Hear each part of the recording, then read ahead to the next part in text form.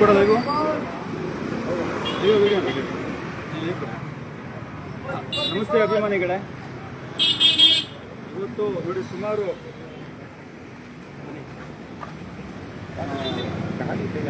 15ನೇ ಪುಣ್ಯಸ್ಮರಣೆ ಕಾರ್ಯಕ್ರಮ ನಾವು ಆಯೋಜನೆ ಮಾಡಿದ್ವಿ ನಮ್ಮ ಟ್ರಸ್ಟ್ ವತಿಯಿಂದ.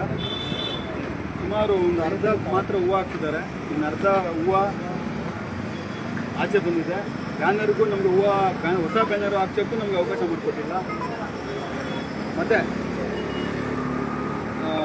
ಹೂವನ್ನು ಫುಲ್ ನಮಗೆ ಹಾಕ್ಸೋಕ್ಕೆ ನಮಗೆ ಗೊತ್ತಿಲ್ಲ, ವಾಪಸ್ ಕಳಿಸಿದ್ದಾರೆ. ಈ ಥರ ನಮಗೆ ನಮ್ಮ ಮೇಲೆ ಈ ಥರ ದಬ್ಬಾಳಿಕೆ ಮಾಡ್ತಾಯಿದ್ದಾರೆ. ಮಾಡಲಿ ನೋಡೋಣ, ದೇವರು ಇದ್ದಾನೆ ನೋಡ್ಕೊಳ್ತಾನೆ. ಇವತ್ತು 11 ಗಂಟೆಗೆ ರಮೇಶ್ ಭಟ್ಟು, ಎಸ್ ಟಿ ಅವರ ದತ್ತುಪುತ್ರ ಶ್ರೀಧರ್ ಮೂರ್ತಿಯವರು, BY ರಮೇಶ್ ಗೌರವಾಧ್ಯಕ್ಷರು 11 ಗಂಟೆಗೆ ಪೂಜೆ ನೆರವೇರಿಸಲಿದ್ದಾರೆ. ಅಭಿಮಾನಿಗಳೇ ಬನ್ನಿ, ಅಭಿಮಾನಿಗಳಿಗೆ ತೊಂದರೆ ಇಲ್ಲ. ಇವತ್ತು ನನಗೂ ಹೈಕೋರ್ಟಿಂದ ಸ್ಟೇ ತಂದಿದ್ದಾರೆ ಅಂತ ನಮ್ಮ ACP ಸಾಹೇಬರು ಹೇಳಿದ್ರು. ನೀವು ಒಳಗಡೆ ಹೋಗೋಂಗಿಲ್ಲ ಅಂತ ಹೈಕೋರ್ಟಿಂದ ತಂದಿದ್ದಾರಂತೆ. ಸಿಟಿ ಸಿವಿಲ್ ಕೋರ್ಟಿಂದ ತಂದಿರೋ ಮತ್ತು ಸೆಪ್ಟೆಂಬರಲ್ಲಿ.